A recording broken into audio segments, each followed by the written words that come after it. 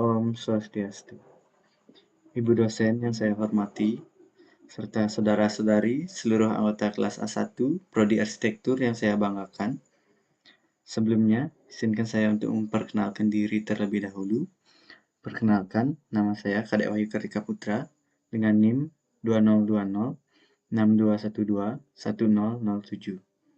Baik, di sini saya akan membawakan tugas minggu ke-7 yaitu sirkulasi. Langsung saja, yaitu sirkulasi itu pergerakan melalui ruang. Dalam menghubungkan ruang-ruang sebuah bangunan dapat menggunakan suatu elemen penyambung indrawi, yaitu jalur pergerakan.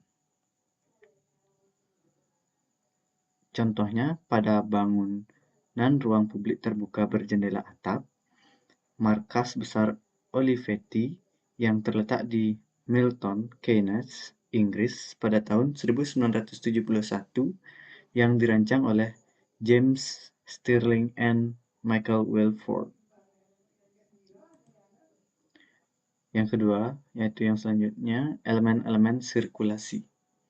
Elemen-elemen sirkulasi terdiri dari yang pertama yaitu pencapaian atau pandangan dari jauh.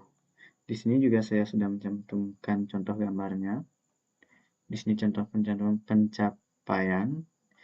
Di sini terdapat sebuah bidang atau ruang di mana ini dipandang dari jarak yang jauh sehingga terlihat seperti gambar, seperti contoh yang saya cantumkan. Yang kedua yaitu pintu masuk, yaitu dari luar ke dalam. Di sini juga sudah terdapat contohnya. Terdapat pintu masuk dari luar ruangan untuk menuju ke dalam ruangan. Yang ketiga, konfigurasi jalurnya. Ada sekuen ruang. Di sini juga saya sudah cantumkan contoh gambarnya. Yang keempat, hubungan-hubungan jalur ruang seperti ujung, titik, dan pengakhiran jalur. Di sini juga tercantum contoh gambarnya di mana terdapat ujung dan dapat titik-titik dan pengakhiran jalur. Di sini terdapat akhir jalurnya di sini. Selanjutnya yaitu bentuk ruang sirkulasi. Di sini juga sudah tercantumkan contoh gambarnya. Nah, selanjutnya yaitu pencapaian. Terdapat frontal, yaitu secara langsung mengarah ke pintu masuk. Seperti ini. Arahnya lurus, langsung menuju ke pintu masuk. Yang kedua yaitu tidak langsung. Adalah penekanan efek perspektif pada fasad depan dan bentuk sebuah bangunan, di mana bentuknya perspektif dapat dilihat dari sudut-sudut tertentu sehingga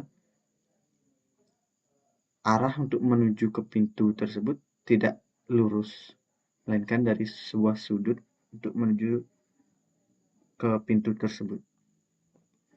Yang ketiga yaitu spinal, yaitu melambangkan sekuen pencapaian dan menekankan bentuk tiga dimensional sebuah bangunan. Di sini juga sudah saya cantumkan contoh gambarnya seperti ini. Berikut adalah pemandangan atas kota Akropolis, Athena, Yunani. Pada gambar terdapat garis putus-putus yang melambangkan jalur melalui Propylaea ke ujung timur bangunan Parthenon. Contohnya seperti ini, sudah saya cantumkan gambarnya. Di sini terdapat garis putus-putus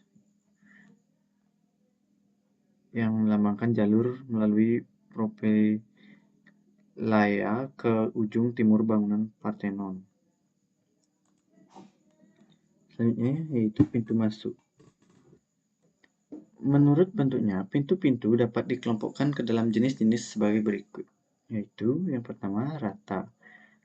Pintu jenis ini dapat mempertahankan kemerdekaan permukaan dinding dan dapat dengan sengaja disembunyikan. Ini contoh dari pintu rata. Dia rata. Yang kedua, dijorokkan, yaitu pintu jenis ini akan membentuk ruang peralihan memberikan fungsinya pada pencapaian, serta memberikan kanopi pelindung. Nah, seperti ini contoh dari dijorokkan, yaitu dia membentuk sebuah kanopi di mana fungsinya yaitu untuk membentuk ruang peralihan untuk pencapaian, untuk memberi perlindungan. Yang ketiga yaitu dimundurkan. Pintu jenis ini menyediakan perlindungan. Seperti ini contoh yang dimundurkan. Jadi pintunya terdapat ruang ke dalam sehingga mendapatkan perlindungan. Nah, terdapat contohnya yaitu rumah bagi Nyonya Robert Venturi yang terletak di Chestnut Hill, Pennsylvania pada tahun 1962 sampai 1964 yang dirancang oleh Venturi dan Short. Pada bangunan tersebut, akses-akses masuk ke bangunan tersebut ditandai dengan penghentian atau pemisahan vertikal dalam fasad.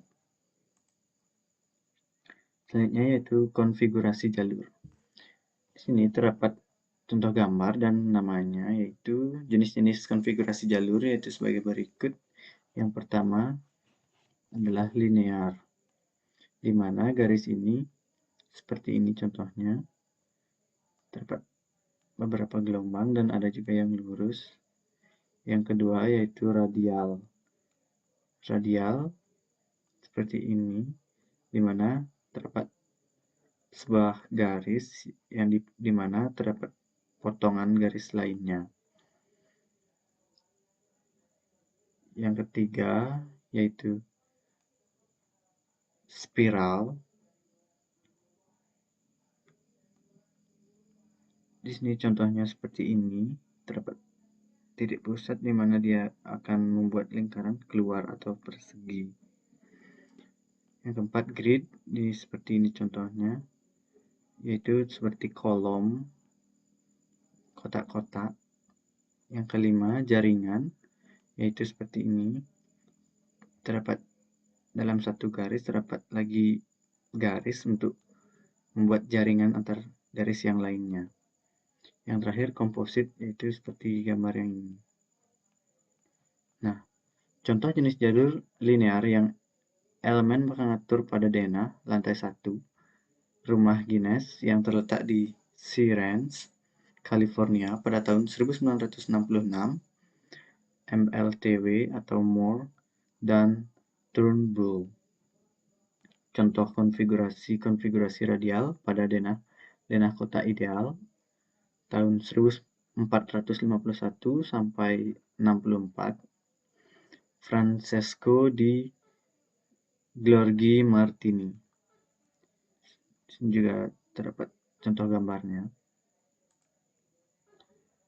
Konfigurasi jalur, contoh konfigurasi berbentuk spiral pada Museum Pertumbuhan Tanpa Batas proyek yang terletak di Philippeville, Algeria pada tahun 1939 yang dirancang oleh Le Corbusier. Contohnya seperti ini bentuknya, yaitu konfigurasi bentuk spiral. Contoh konfigurasi grid pada proyek rumah sakit Venesia 1964 sampai 1966 yang dirancang juga oleh Le Corbusier. Contohnya seperti gambar yang saya cantumkan di sini. Selanjutnya, contoh konfigurasi jaringan terdapat pada denah Paus Sixtus V untuk Roma pada tahun 1585. Seperti ini contohnya, dia membentuk sebuah jaringan bercabang seperti itu. Masih hubungan ruang jalur. Suatu jalur dapat dihubungkan dengan ruang-ruang melalui beberapa cara sebagai berikut. Yaitu yang pertama, melewati ruang. Yaitu integritas setiap ruang dipertahankan. Konfigurasi jalurnya fleksibel. Penghubungan jalur dengan ruang-ruangnya dapat dengan ruang-ruang yang menjadi perantara. Seperti ini contoh gambarnya. Yang kedua, lewat menembus ruang. Lewat secara aksial, miring, atau di sepanjang tepinya. Pada saat menembus ruang jalur dapat menciptakan pola-pola peristirahatan dan pergerakan di dalamnya. Seperti ini dia. Dan yang terakhir, menghilang di dalam ruang. Lokasi ruangnya menghasilkan jalurnya untuk mencapai dan memasuki ruang-ruang penting secara fungsional maupun simbiolis. Terdapat juga contohnya yaitu pada gambar yaitu rumah 2 Eric Boissona yang terletak di Cap Bernard, Prancis pada tahun 1964 yang dirancang oleh Philip Johnson. Nah, bentuk ruang sirkulasi. Sebuah ruang sirkulasi bisa tertutup, terbuka, dan terbuka pada satu sisi dan terbuka pada kedua sisi. Yang pertama yaitu tertutup. Jenis ini membentuk suatu galeri publik atau koridor privat yang berhubungan dengan ruang-ruang yang dihubungkannya. Seperti ini. Yang kedua, terbuka pada satu sisi. Pada jenis ini menyajikan kemenerusan spasial dan visual dengan ruang-ruang yang dihubungkan sehingga membentuk sebuah balkon atau galeri. Contoh gambarnya seperti ini. Dia terbuka pada satu sisi saja. Dan yang terakhir, terbuka pada kedua sisi. Pada jenis ini terdapat penambahan visi ruang yang dilaluinya dengan membentuk jalur setapak berkolom. Contohnya seperti ini. Dia terdapat terbuka pada kedua sisi dan membentuk jalur setapak berkolom. Terdapat contoh juga sebuah bukaan koridor melalui ruang bertiang pada sebuah ruang interior dalam melalui serangkaian pintu Prancis pada sebuah halaman eksterior. Seperti contoh pada gambar ini. Bentuk ruang sirkulasi. Sebuah tangga dan jalur tangga tersedia untuk pergerakan vertikal kita antara lantai sebuah bangunan atau ruang luar. Konfigurasi tangga menentukan arah jalur ketika menaiki atau menuruni anak-anak tangganya. Terdapat beberapa cara daftar mengonfigurasi jalur dan arah sebuah tangga yaitu sebagai berikut. Yaitu terdapat tangga lurus, tangga L, tangga U, tangga sirkuler, dan tangga spiral. Nah, di sini proyeksi miring tangga ruang duduk terdapat di rumah di Old Westbury, New York pada tahun 1969 sampai 1971 yang dirancang oleh Richard Miller. Sekian presentasi yang dapat saya sampaikan. Saya akhiri dengan Paramasanti. Om Santi Santi Santi Om.